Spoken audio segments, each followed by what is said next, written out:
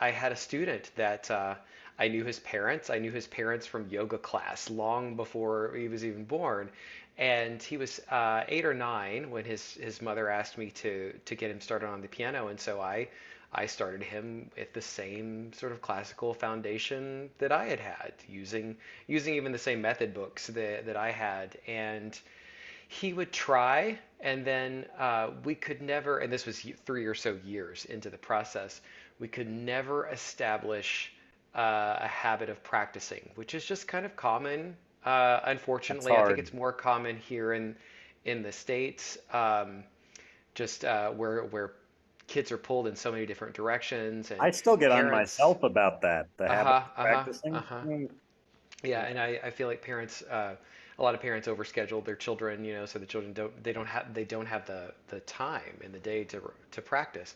But anyway, he was getting frustrated, and the note reading, the musicianship with regard to like reading notes off the page was becoming a really defeating thing for him, and we had a day where we were just working on something, and I drilled the student for a little bit too long on the whatever skill it was, and he actually stopped and started crying. He just got so Yeah. frustrated and defeated with himself, which is just a that's just not a that's not a thing that you ever want to have happen when you're teaching a lesson, but sometimes it does, because we're emotional beings. So, I had a student that was working on something, it wasn't coming, he'd been frustrated maybe for a while and was kind of too young to be able to self-advocate, and so in the lesson, the frustration led to defeat and led to tears. And in that moment, I just a thought came to me: ask him what he likes to play.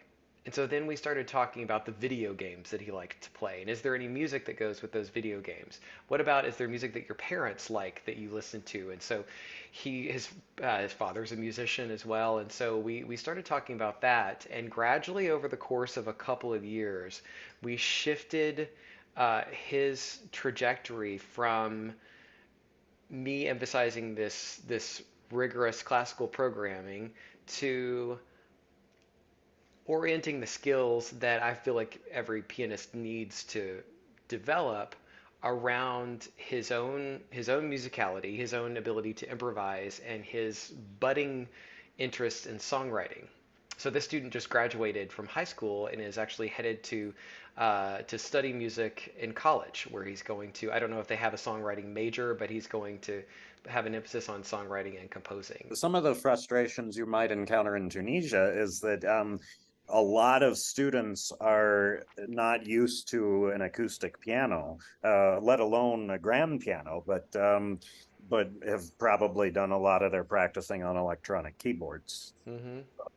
Well, I'm actually heartened to hear that, because that's something that I really enjoy teaching. I had an instructor that just changed my life. I was playing Debussy Dépasse sur la neige. It's like footprints in the snow, and he opened up ways of touching the piano keys that I never knew existed. So Wow. learning about the action of the keyboard. Yeah, it's something that I enjoy teaching. Good, glad to know that. What sort of cultural differences are you anticipating, and how might you approach dealing with them? So there's a learning curve, just learning about another culture, learning about a culture that seems on the very outset to be very much Mediterranean, as well as very much an Arab world type culture. And so I know I have a very American Western understanding of I would say, Muslim values, Muslim cultural values from friends and colleagues around here. And so I know a little bit about the cultural norms and etiquette and things like that. I spent some time in Turkey several years ago. I went with an interfaith group when I was doing some religious programming work, and was really moved by how the day orients around the call to prayer. My day is dictated by the school bell, which tells me to go from one place to another, but we don't have that practice of pausing, pausing and becoming centered, or giving thanks, or all the ways that the cycle of prayer features. And so that was when I read that about the culture in Tunisia and Beni M'tir. I was that was something that I was very warm to experiencing again, and also just the kind of dialogue that happens when people from different cultures respectfully engage one another. I think that I probably will go with my understanding of Gen Z music and pop culture tastes from Arkansas, from America, That's and fine. may completely misalign with the Gen Z teenagers um, in Beni M'tir, or we might find that we have a lot of overlap. We might connect over popular culture, as well as the classical rep that we're going to work on together. So How would you convince someone to support Cultures in Harmony?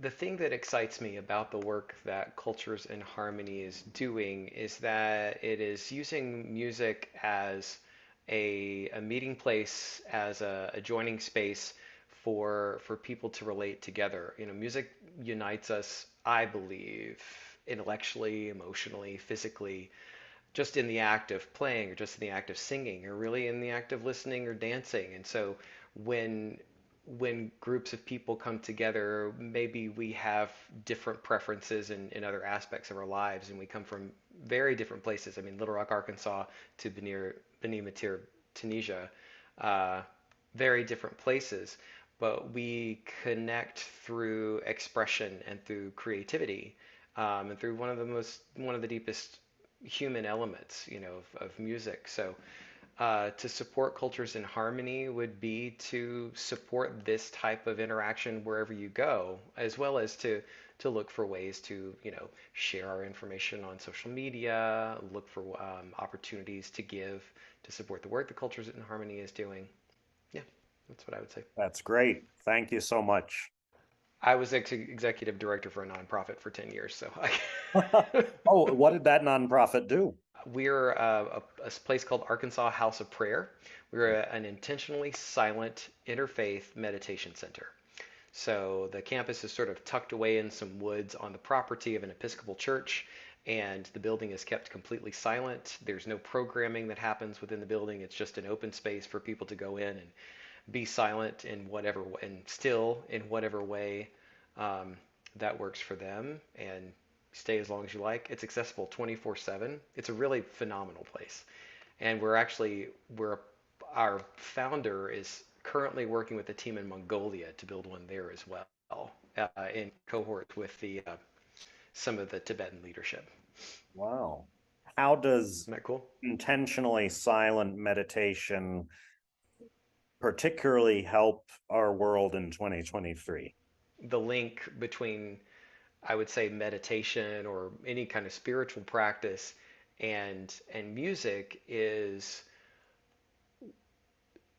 coming together mutually in silence with people from different backgrounds, with different philosophies, and religious beliefs and everything. That is one place that we can all unite. If we can become still and quiet and peaceful and mindful together for a time, then this is what we saw at the House of Prayer, is then we emerge feeling a little bit more connected and a little bit more relaxed and a little less hostile embraced towards the world and towards people that are different from us. And I think the same could be said from making music together.